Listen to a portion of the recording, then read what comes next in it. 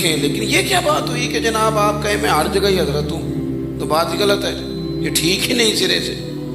آپ لہجہ بدلیں گے، انداز ہماری مطلب کچھ لوگوں کو ہمارے نا ایک بزرگ فرمایا کرتے تھے کہ بچہ خواتین آتی تھی نا دیہاتوں میں دم کرانے، تو کہتی تھی یہ ضدی بڑا ہے، اور یہ بھی کہتی تھی کہ اس سے بڑا بھی ٹھیک ہے، اس سے بڑا بھی ٹھیک ہے، اس سے بڑا یہ چوتھے نمبر والا ہے جی، کسی کی نہیں سنتا، کسی کی نہیں مانتا۔ تو بزرگ فرمایا کرتے تھے کہ اس کے سامنے یہ بات نہ کہو کہ تو ضدی ہے، اس کا ذہن بن جائے گا کہ میں ضدی ہوں۔ تم اس کو پکا کرا رہے ہو کہ جی باقی فرما بردار ہے، میں نافرمان ہوں، یہ تمہارے مقابلے میں کھڑا ہو جائے گا۔ یہ پکا کرنے کی کیا ضرورت ہے؟ بس ٹھیک ہے کان میں کہو جی یہ مسئلہ ہے۔ اللہ کرم ہم نے کچھ لوگوں کو پکا کر دیا، پکا، وہ ضد میں آ گئے، تم یہ ہو، تم یہ ہو، تم یہ ہو۔ انہوں نے کہا چلو ٹھیک ہے میرا بھی یہی ہے۔ یہ نہ کریں، اس سے تکلف پیدا ہوتا ہے، ہمارے کام ہم پر غلبہ کر لیتے ہیں۔ ہمیں جس نام سے پکارا جاتا ہے نا، چلیں پھر اپنی مثال دیتا ہوں، آپ کی نہیں دیتا۔ میں کبھی کبھی طالب علموں سے کہتا ہوں لوگ تمہیں حضرت سمجھتے ہیں، اپنے آپ سے پوچھو تم واقعی حضرت ہو؟ ہاں اپنے آپ سے سوال کرو۔ یہ نہ ہو کہ 25-30 لوگ پیچھے پھرنے والے ہو جائیں، کو 200-400 مرید ہو جائیں تو بندہ اپنے کام سے جائے۔ حضرت مجدد الفسانی رحمۃ اللہ علیہ نے ایک شخص کو خلافت دی، کچھ دنوں کے بعد احوال پوچھے تو وہ کہنے لگے حضور اللہ تعالیٰ کا بڑا شکر ہے، آپ نے اعتماد کیا تھا، اب میں دین کے 3 شعبہ جات میں خدمات سر انجام دے رہا ہوں۔ کہا کون کون سی؟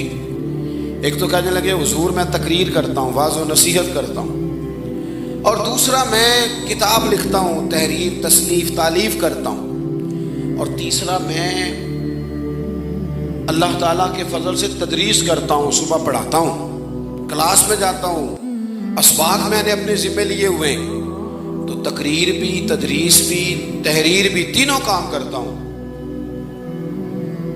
تو حضرت مجدد صاحب رحمۃ اللہ علیہ فرمانے لگے آپ نے جو کچھ لکھا فقیر کو خوشی ہوئی، یہ سارے کام بھی دین کے ہیں، پر یہ سارا کچھ تو آپ لوگوں کے لیے کر رہے ہیں، بتائیں اپنے لیے کیا کرتے ہیں؟ تہجد کے وقت آنکھ کھلتی ہے، صبح کچھ درود شریف پڑھنا نصیب ہو جاتا ہے، کچھ تلاوت اپنی روحانیت کے لیے کر لیتے۔ ہمارا کام نہ ہمیں یعنی 20 لوگوں نے کہہ دیا کہ آپ ولی کامل ہے تو اب یہ مان لے کہ میں ولی ہوں، 20-30 مریدوں کے کہنے پر یہ مان لے۔ جو زیادہ مضبوط لوگ تھے نا، زیادہ تگڑے، وہ تو زیادہ ڈرتے تھے، ان کے اندر زیادہ احساس تھا کہ یار یہ لوگ میرے بارے میں اچھا۔ حضرت ابو ہریرہ رضی اللہ تعالیٰ عنہ نے جا کے عرض کی یا رسول اللہ صلی اللہ تعالیٰ علیہ وسلم، لوگ میری تعریفیں کرتے ہیں، میں پریشان ہوں، ہر آدمی میرے بارے میں خیر بولتے ہیں، میں پریشان ہوں۔ حضور نے فرمایا ابو ہریرہ اگر تو مخلص ہے اور لوگ تیرے بارے میں خیر کے جملے بولتے ہیں، یہ تو دنیا میں تیرے لیے بشارتیں ہیں، لیکن وہ اپنے جگہ پہ ڈر رہے ہوتے تھے، لوگ انہیں کہتے تھے، وہ خود اپنے آپ کو ماننے کو تیار ہے، لیکن ہم تو زبردستی منواتے ہیں۔ یہ 2-4-5 لاکھ کا کوئی کم بیان کر لے تو مصیبت کھڑی ہو جاتی ہے، لیکن آپ کو پتہ ہی نہیں ماں بدولت کیا ہوتے ہیں۔ میرے عزیز، ہمارا کام ہم پہ ہم بن کے بیٹھ جاتے ہیں کہ میں سیاستدان ہوں، میں تاجر ہوں، میں ڈاکٹر ہوں، میں لیکچرار ہوں، میں فلاں ہوں، میں حضرت ہوں۔ پھر اس کا نقصان ہمیں یہ ہوتا ہے کہ میں نے دیکھا ہے کہ میلاد کی محفلوں میں غریب لوگ رہ جاتے ہیں۔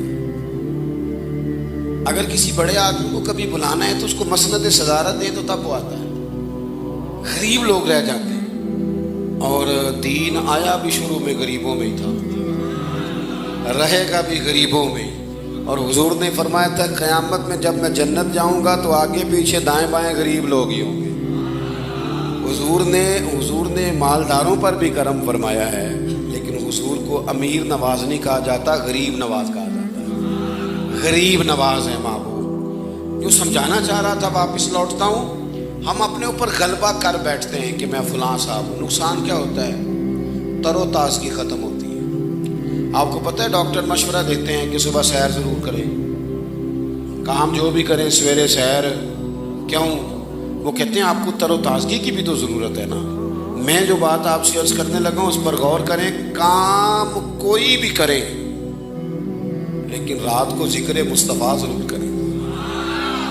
حضور کی نعت پاک ضرور پڑھیں، حضور کا ذکر ضرور سنیں. آپ صبح جس مرضی کام پہ جائیں، جو بھی جائز ڈیوٹی آپ کرتے ہیں، پر جانے سے پہلے قرآن پاک کی تلاوت کر کے جائیں اور حضور کی نعت سن کے جائیں. یہ جو مثال دیکھیں نا، اعلیٰ حضرت رحمۃ اللہ تعالیٰ علیہ سارا دن فتویٰ لکھتے ہیں،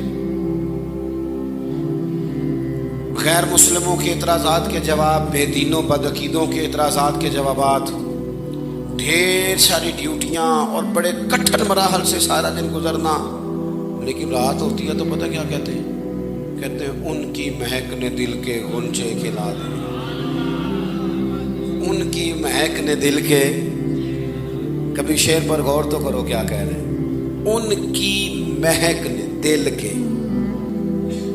جسم کی بات نہیں کی، ان کی مہک نے دل کے غنچے کھلا دیے ہیں، اور وہ جس راہ چل دیے ہیں کوچے ہی بسا دیے ہیں. ایک تو ہے حضور کہیں ٹھہر جائیں تھوڑی دیر، کہتے ہیں بس حضور گزر جائے نا تو وہ جگہ آباد ہو جاتی ہے. جس راہ چل دیے ہیں کوچے، اور پھر ہمیں سبق پڑھاتے ہیں. یہ سبق ہم نے پڑھنا ہے، یاد رکھنا ہے. اعلیٰ حضرت کہتے ان کے نثار کوئی کیسے ہی رنج میں.